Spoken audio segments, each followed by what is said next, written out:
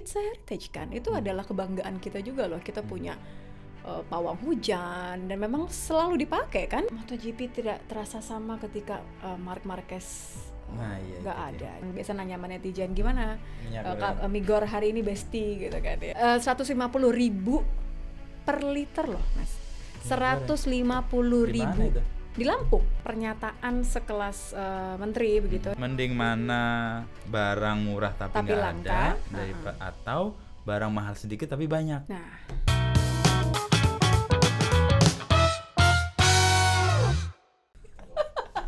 ini ketawa. Pasti mau ngasih tahu bagaimana tips untuk ketawa secara natural. Senyum karir secara natural. Ya, gitu. Oke, ini sederhana banget. Ini sederhana banget guys. Caranya tuh cuma ditarik aja bibirnya. Itu yang bertiga ya. Itu kayak lebih natural gitu kan. Jadi alhamdulillah. Baik. Tapi ini senyum tuh bukan sembarang senyum loh, Mas. Karena ini adalah senyum menyambut bulan puasa yang sudah bisa tarawih lagi.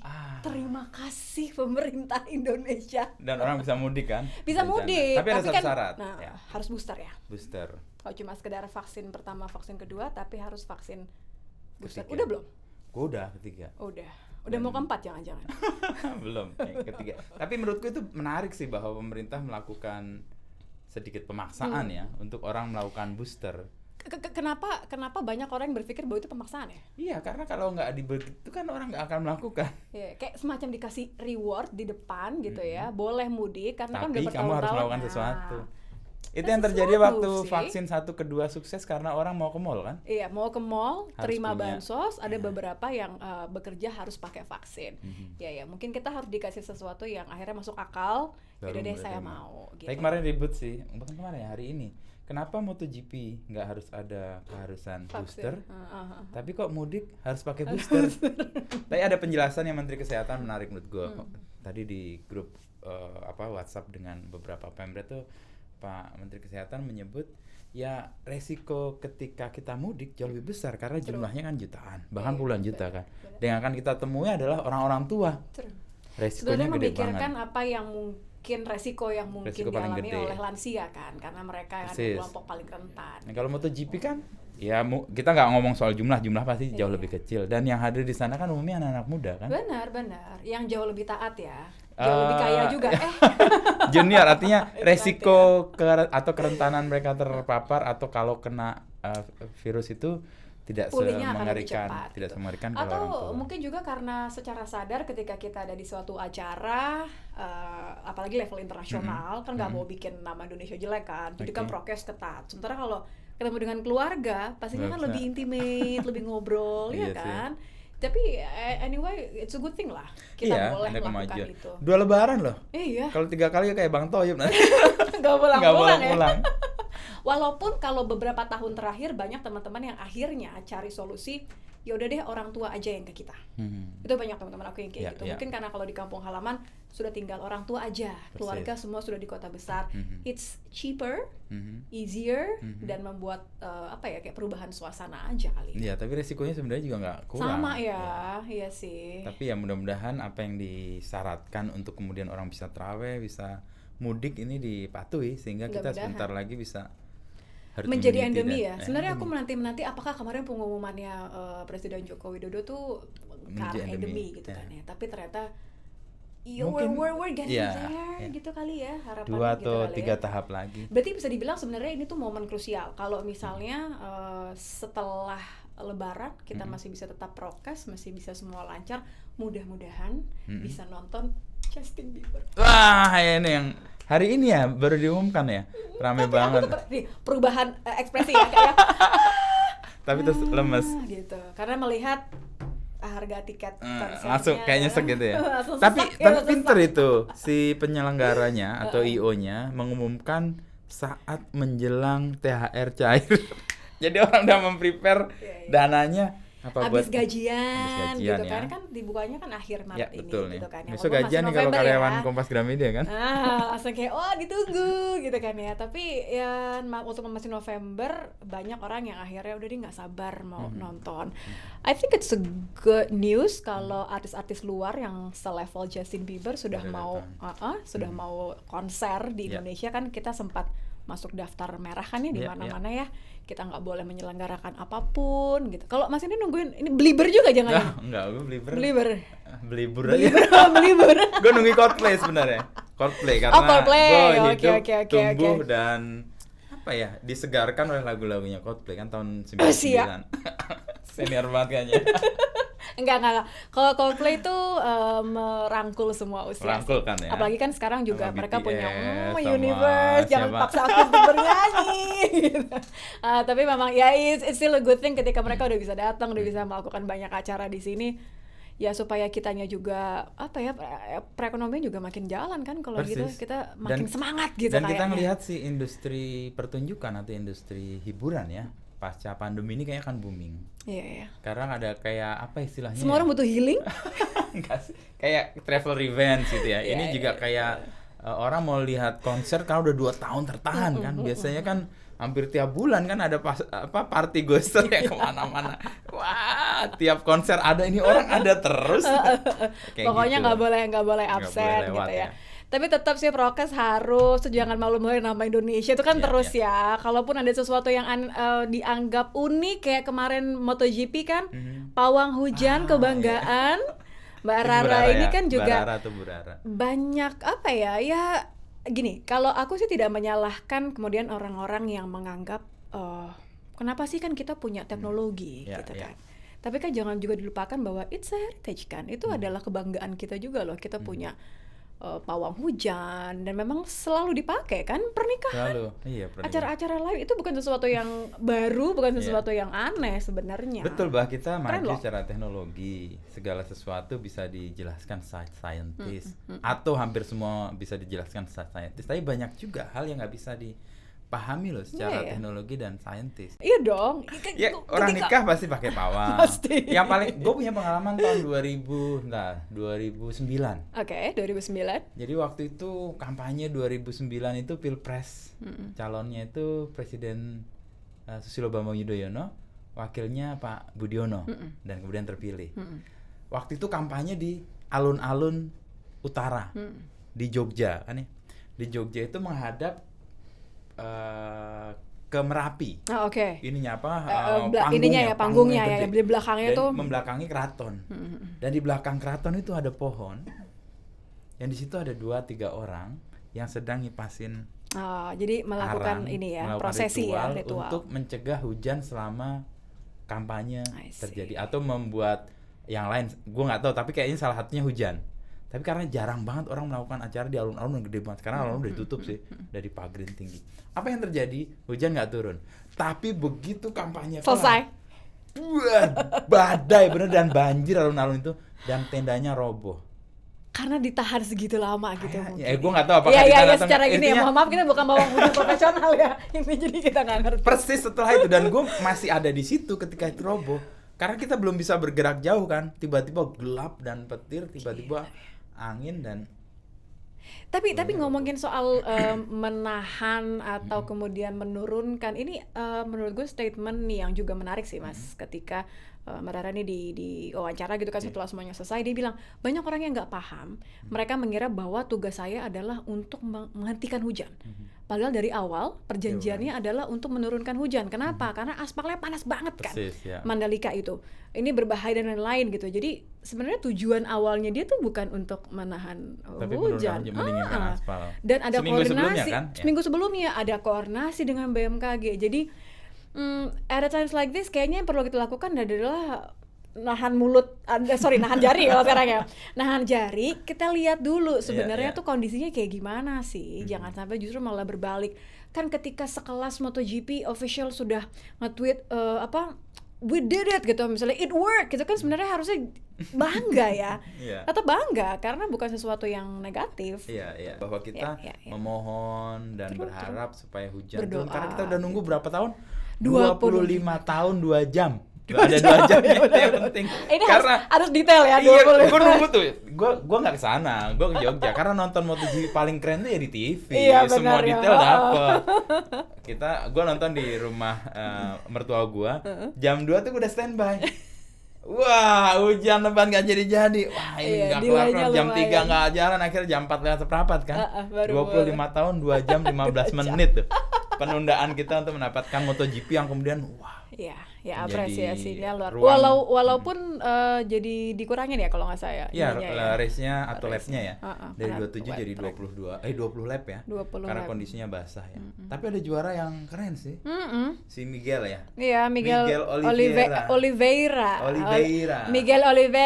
Nah, gitu. Dia juara pertama di MotoGP di Indonesia. Di Indonesia, ini baru betul. pertama di Mandalika. Kalau nggak salah sih ini udah kemenangan keempat atau 5-nya dia di keempat di MotoGP ya. Di Indonesia pertama. Dan kerennya dia mendedikasikan kemenangannya, ya kan? Untuk staf hotel yang membantu dia ya. Itu sama anaknya kan, iya, anak perempuannya. Saya akan mendedikasikan kemenangan ini kepada putri saya karena dia bertanya-tanya terus di mana Mandalika yang kedua kepada Pak siapa tuh namanya? Pak Risman atau Risman ya, Risman, yang menjadi yang membantu staf hotelnya yang membantu mendampingi selama dia ada di situ. Itu kan gitu kan heartwarming banget ya. Itu gue denger itu tuh gebiar semua MotoGP tuh runtuh dalam arti semulia ini juaranya itu mendedikasikan. Sesimpel bahwa itu maknanya sangat personal gitu kan buat seorang juara. Iya. Kata kedua setelah dia nyebut anaknya adalah si Pak Risman tadi ya, yang menjadi yang membantu dia di itu momen yang nggak terlupakan sih untuk yang mendapat dedikasi tadi ya bapak ini kan pasti dia merasa wah walaupun itu pekerjaan dia tapi itu tidak memungkiri kalau kita kerjanya memang pakai hati sih mulai ini adalah quotation. Gimana? Kalau kita bekerja dari hati semua akan kurang keren nih jadinya semua bisa dilampaui. Berusaha untuk agak-agak belakangnya. Sekarang gue boleh. Kalau kita bekerja dengan hati, yang akan tersentuh adalah hati-hati yang lain. Iya dong. Iya. Benar. Kalau kita bekerja dengan pikiran, yang akan tersentuh pikiran-pikiran orang doang. Hati lebih menggerakkan. Iya. Orang mungkin akan lupa apa yang kita katakan atau lakukan. Tapi the way they make us feel itu akan terasa sampai akhir gitu ya. Makanya ada orang lupa eling rasanya lali rupanya. Nah, itu dia. Karena rasa lebih kuat ternyata dibanding gitu. Muka atau penampilan. Gitu. Tapi ada yang kedua keren sih yang di si Fabio Quartararo ya. Iya, dari awal emang kocak banget itu. Dia mencuri perhatian karena gayanya kan dan dia identifikan sebagai the next-nya GOAT itu ya. Great of all time ya. Great of all time. Yang dia waktu dia disorot, dia ngelihat supporternya begitu menggila-gilai dia kan, kemudian ketawa-tawa gitu, kemudian ada orangnya terkenal sangat ekspresif. Ya. Dia menirukan Mbak Rara juga kan. Benar-benar pakai mangkoknya dia sendiri gitu ya.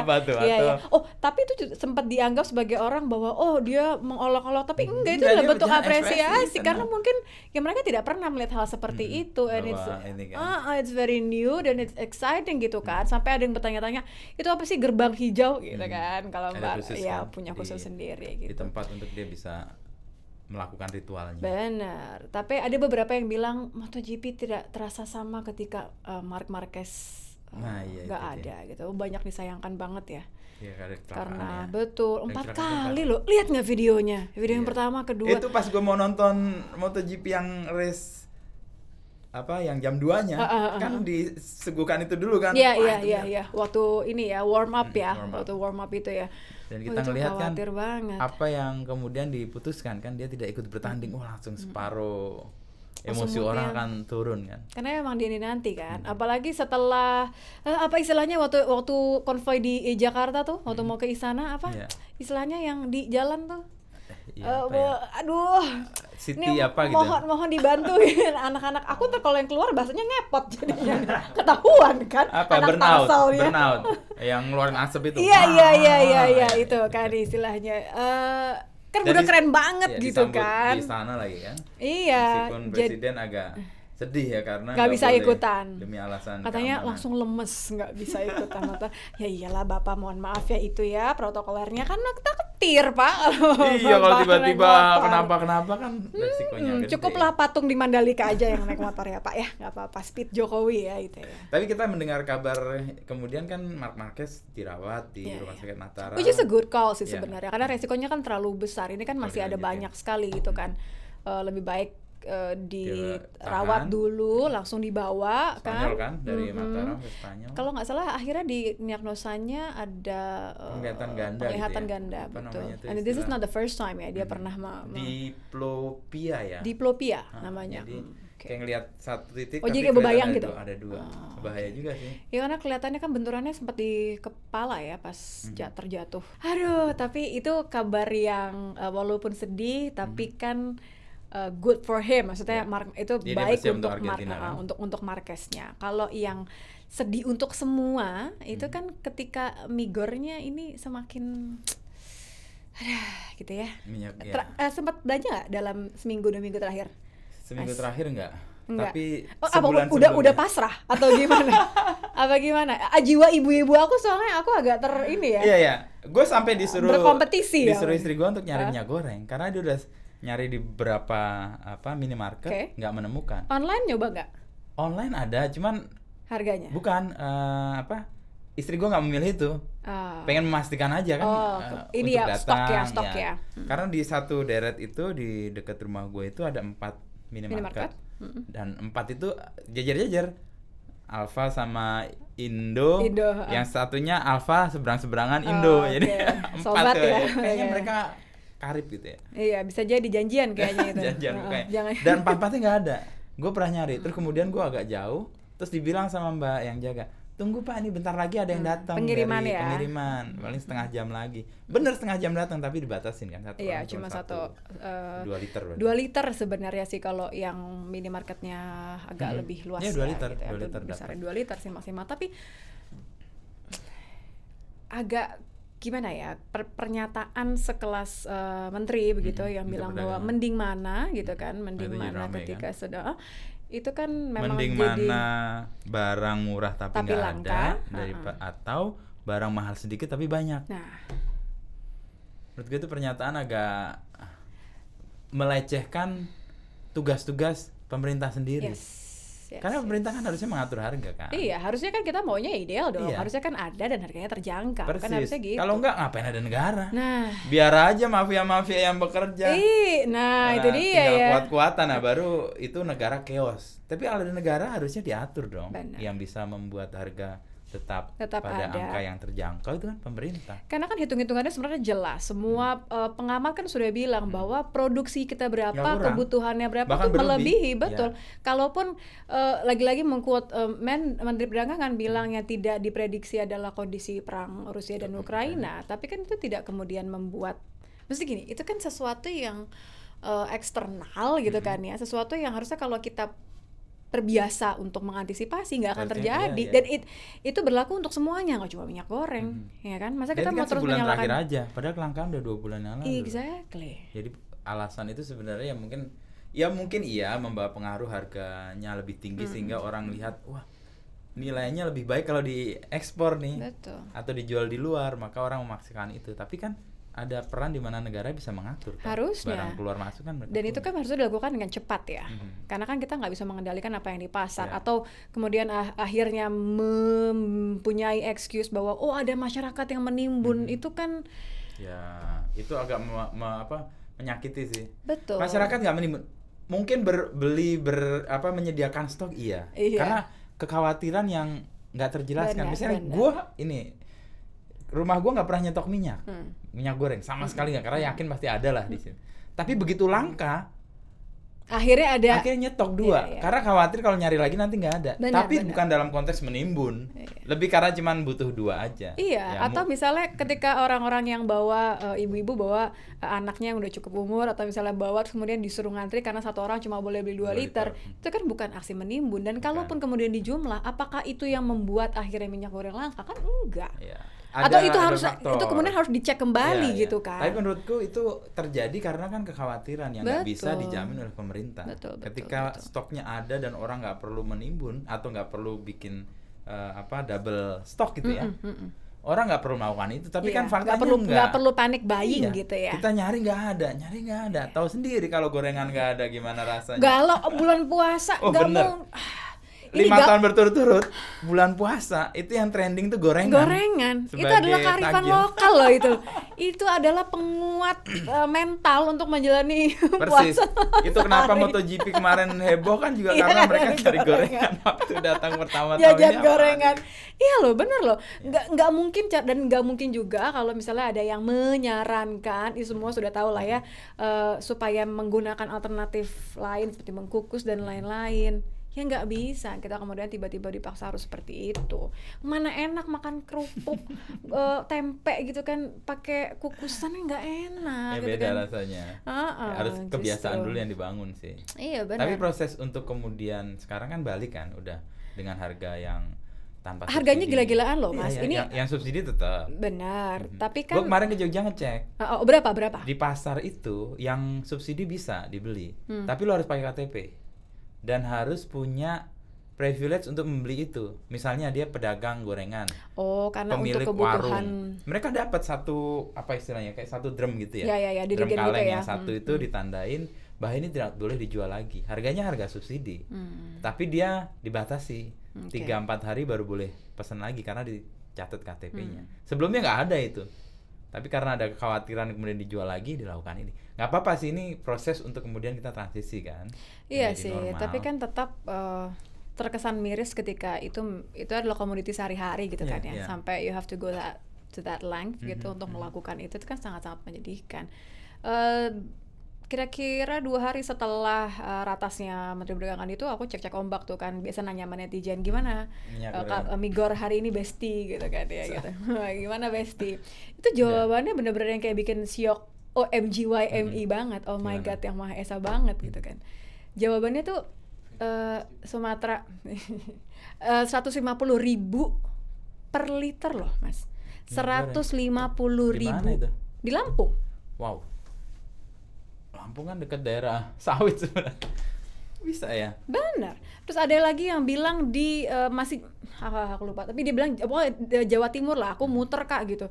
Itu juga harganya tuh udah di atas Rp25.000 gitu per liter. Ya akhirnya sekarang dikembalikan ke harga pasar ya. Iya, and I think it's a privilege untuk orang-orang yang kemudian tinggal misalnya di kota-kota besar untuk bilang bahwa ya ada sih tapi mahal. Berarti kan stok tuh masih ada. Mereka masih punya ada alternatif itu. Bayangkan kalau misalnya orang-orang yang sudahlah mahal terus tidak ada juga gitu. Nggak bisa dipatok. Oh katanya kan kebutuhan per orang itu hanya 1 liter dalam sebulan. Ya nggak juga. Nggak bisa begitu. Kebutuhannya ya kalau di rata-rata sebenarnya kan orang juga nggak minum minyak juga, nggak sehat juga. Nggak kayak yang itu yang tren di TikTok yang pakai es teh manis yang gede banget itu yang galon itu. Es teh manis gede banget gitu kan dibawa-bawa. Ya artinya memang kita pasti berharap lebih lah sama pemerintah, kebutuhan komoditi. Sekarang semua kan serba naik. Banyak juga yang ditutup gitu. Gas iya. Mungkin karena sempat sih ngerasain aku kemarin 200.000 itu per yang 15 kilo pas kan? banget lagi habis. Aku kayak why gitu kan ya, kenapa gitu. Beralih ke kompor listrik. Iya sih tapi listriknya mahal juga. Pakai solar panel. Ini pembicaraan pribadi ya di sini ya. Aku langsung kayak aku harus pasang solar panel. Cuan ya. Itu loh. Karena minyak gas mahal. Lalu apa yang harus gue lakukan? Kan nggak mungkin gue memproduksi gas sendiri kan. Gue beli gas alami. Beli itu kompor listrik. Kenapa kompor listrik? Karena gue bikin solar panel. Oh jadi ini benar sudah dilakukan? Udah, produksi panel surya gue kan sering berlebih kalau pagi. Daripada gue jual ke PLN lagi, gue pakai aja maksimal karena masak umumnya kan pagi. Benar. Nah itu mengurangi sih. Udah gue coba 2 bulan ini, biasanya gas habis 1 bulan. Ini 1,5 bulan belum habis. Wow. Dan harga kita kayaknya harus buka kelas khusus bagaimana kemudian cara berhemat ala Inu ya. Solar panel. Iya, benar. Ya investasi awal katanya mahal, tapi kan kita nggak hanya soal mahal atau murah. Ini kan kontribusi kita ke bumi kan. Benar. Dan sangat masuk akal itu jadi pilihan kita yang tinggal di Indonesia. Persis. Dengan matahari yang sangat berlimpah ruah. Satu orang satu loh mataharinya di Indonesia itu. Iya bener. Apalagi siang tadi nih, panas banget. Gue tanya, mau kemana? Gila nih mataharinya seorang satu. Gila, berarti ada 275 juta matahari di Indonesia. Nah itu harusnya memang jadi kesempatan untuk kita memanfaatkan kan. Kita bisa memproduksi energi sendiri. Ya kalaupun nggak kepikiran untuk jual lagi ke PLN, tapi kan paling nggak untuk konsumsi pribadi itu ya, kan sangat-sangat supaya cukup. juga kita bisa mandiri ya, makin lebih mandiri dan tidak memperkaya konglomerat. Emangnya ada apa kayaknya sama mafia dan segala macam konglomerat. Ada data di kompas.com soal 5 konglomerat yang Raja Minyak di Indonesia. Literally ya benar kan? Raja Minyak beneran. Oh, siapa? Nomor satu siapa nih? Ya pastilah Antoni Salim ya. Oh ya, itu yang masuk ke retail semua kan, produk-produknya kan. Semua rumah tangga di Indonesia nggak ada yang tersentuh. Nggak ada yang nggak tersentuh ya. Nggak tersentuh produknya, semua pasti dia masuk. Indofood Agri Resources ya. Terus, dia perusahaan sawit di bawah grup Salim, ada perusahaan perkebunan London, Sumatera, Indonesia. Nggak tahu kenapa ada Londonnya ya. Mungkin biar keren kali ya. Bisa jadi. Ini seperti keinginan untuk ngelahirin anak di luar negeri ya, biar KTP-nya keren gitu. Iya. Mereka memiliki produk yang namanya udah sangat terkenal sih, Bimoli terkenal banget. Pasti itu rumah tangga, konsumsi rumah tangga banget. Iya, itu. Pada 2020 masuk ke urutan orang terkaya di Indonesia dengan total kekayaan 5,9 miliar dolar AS. Banyak banget ya. Yang kedua Sukanto Tanoto. Itu dia pemilik Royal Golden Eagle International. Ini terkenal sih ini. Ini juga ya, ibaratnya memang untuk suku cadang pengusaha bidang jasa konstruksi industri minyak udah top ini ya. Kekayaannya 2,1 miliar dolar, menempati urutan 1. Tapi produk Migornya ini kayaknya bukannya masuk retail yang kemasan retail minimarket sih ya, mungkin lebih ke apa namanya? Mereknya apa namanya Camar? Kayak belum pernah denger nih, ini dijual di. Aku sudah googling. Kayak yang ngecek gitu. Ada memang, tapi Camar, mungkin ya bukan di pasar yang sama seperti Bimoli kayaknya ya. Dia mengambil pasar. Mungkin mengembangkan sayap tadi untuk namanya Camar. Boleh. Yang ketiga Martua Sitorus. Ini di balik Wilmar ya, 91 lahir produk Wilmarnya ya. Ini produk-produknya juga lumayan sering terkenal kita lihat. Fortune sama Sania termasuk pilihan juga sih biasanya. Banyak di TV kayaknya. Benar. Disebut sebagai Raja Minyak Sawit Indonesia oleh majalah Forbes. Tapi ya, yang pertama kali hilang, ini mungkin pengalaman pribadi aja. Yang pertama kali hilang dari peredaran di minimarket itu pertama adalah Bimoli. Sania masih banyak saat itu ya. Kalau sekarang sih udah susah banget lah. Gue terakhir dapat mereknya Inco. Sekarang banyak loh yang. Sekarang merek aneh-aneh ya. Tapi yang aku pertanyakan ya, ini mohon maaf ya, kenapa semuanya nama perempuan ya? Enggak, Inco cowok dong. Oh ya, tapi lebih banyak nama perempuan. Fitri lah gitu kan. Apa kan banyak semua di sini. Ini kayaknya ngangguk-ngangguk. Ini apa ya? Domestifikasi minyak goreng sebagai pekerjaan perempuan. Harusnya enggak boleh. Makanya. Lu lihat tukang gorengan ada yang cewek enggak? Nah, enggak. Apa kabar tukang gorengan? Cowok cewek. Yang punya bos kerupuk. Gorengan kalau digoreng cowok lebih enak. Karena sama plastiknya. Lebih kriuk ya. Lebih krenyes-krenyes ya. Lebih nyes gitu ya. Enggak bercanda. Ini info aja. Enggak, ini kita karena mulai kurang asupan gorengan makanya mulai kayak gini. Mana nih goreng, kita ngomong gorengan enggak ada gorengan nih. Gimana ini Mas? Ini lanjut yang keempat nih. Yang keempat nih Bakhtiar Karim. Ini pemilik grup Musimas ya. Oke. Dia punya merek Sanko, Amago, sama Voila. Ya, Sanko juga sering jadi pilihan karena harganya tuh kayaknya agak level lah sama Sania dan sama Bimoli. Dia urutan 11 orang terkaya di Indonesia menurut majalah Forbes. Nice. Yang terakhir siapa tuh? Audi Keluarga Wijaya. Ini pemilik grup Sinarmas. Iya, Filma ya, Filma. Produknya ya. Oke, pendirinya Eka Cipta Wijaya, orang terkaya di Indonesia dengan kekayaan 9,7 miliar. Tunggu. Ini ada yang kurang nih. Apa itu? Aku nggak terima. Karena? Di mana nomor 6? Poltak Raja Minyak ini. Kok nggak dimasukin? Sekarang gue ngetes dia senyum natural di akhir. Oh iya, oke. Kan tadi udah latihan kan? Ya, sudah bisa dong. Oke. Kita udah langsung mulai harus serius ya, pakai diafragma Oke, suaranya udah harus kayak gini. Agak-agak Toni Braxton, Unbreak My Heart gitu. Jadi gimana senyum natural Nitya, ajari kami. Ini simple banget guys, jangan kita ingat ya tadi di awal udah dicontohkan. Yang penting adalah penuh percaya diri, ya. Oke, senyum karir, ya. Senyum karir. Ada 3 tahapan. Tahapan pertama ditarik sedikit pipinya, hitung sampai 3 tahapan kedua ya. Lepaskan. Kalau bisa pakai tangan gitu Mas Ino, kayak gitu, kayak ada. Ya, gitu. Badan kita kayak ngikutin relax ya. Iya, ngikutin relax, kayak langsung kayak natural gitu. Iya, benar. Dengan kerelaksan itu kita closing kita acara ini. Closing berharap supaya minyak goreng tidak lagi langka. Langka mungkin nggak? Tidak lagi mahal ya. Dan benar. Nggak mahal mungkin ya, terjangkau lah. Ya, stoknya aman, harganya juga terjangkau. Itu fungsinya negara. Dan iya tugas dong. negara Dan mudah-mudahan kan janji mafianya keungkap. Kapan nih? Udah lewat berapa hari dulu ini? Dulu kan ada gium maling teriak maling kan? Iya. Sekarang ada gium katanya mafia teriak mafia. Ya nggak tahu lah apakah di antara mafia ada perjanjian untuk tidak saling mengungkap atau ada upaya untuk ya udahlah kita urusin persoalannya kelar, nggak usah diobrolin. Iya, tapi jangan sampai kemudian netizen akhirnya ribut bilang pengalihan isu gitu kan nggak enak juga dong, dikit-dikit pengalihan isu, pindah ibu kota negara, pengalihan isu, nggak lah. Tapi minyak goreng panjang sih isunya. Pastilah, nggak cuma minyak goreng, semua sekarang jadinya dampaknya serba mahal. Nah, mahal mulu kapan turunnya gitu kan? Kapan mahal mungkin untuk kategori orang yang nggak berpenghasilan ya, tapi menurutku memang harus dilihat kemampuan masyarakat secara umum. Iya, tapi gini, ini sedikit banget aja. Ketika aku compare, karena suami kan lama di Malaysia kan, semua supermarket di Malaysia itu mau dimanapun, di daerah manapun, itu semua harganya sama. Nah, itu peran pemerintah dong. Iya, semua harganya sama. Kalaupun yang agak lebih mahal, misalnya karena dia organik, tapi semuanya sama. Jadi yang dibilang nggak ada tuh yang harga atas harga bawah gitu. Di satu store, di store lain semuanya sama. Jadi nggak ada tuh ceritanya kayak mau ke toko sana karena lebih murah 200 misalnya kayak gitu kan. Enggak gitu kan. Jadi nggak ada kecemburuan akhirnya. Nah, mudah-mudahan sih ya tugas-tugas pemerintah tadi untuk membuat kepastian barangnya ada dan keterjangkauannya. Nah, nunggu Rabu Pon lagi ya bagaimana? Kemarin nggak jadi ya, kemarin nggak jadi. Ramai aja itu karena orang pada gemes aja.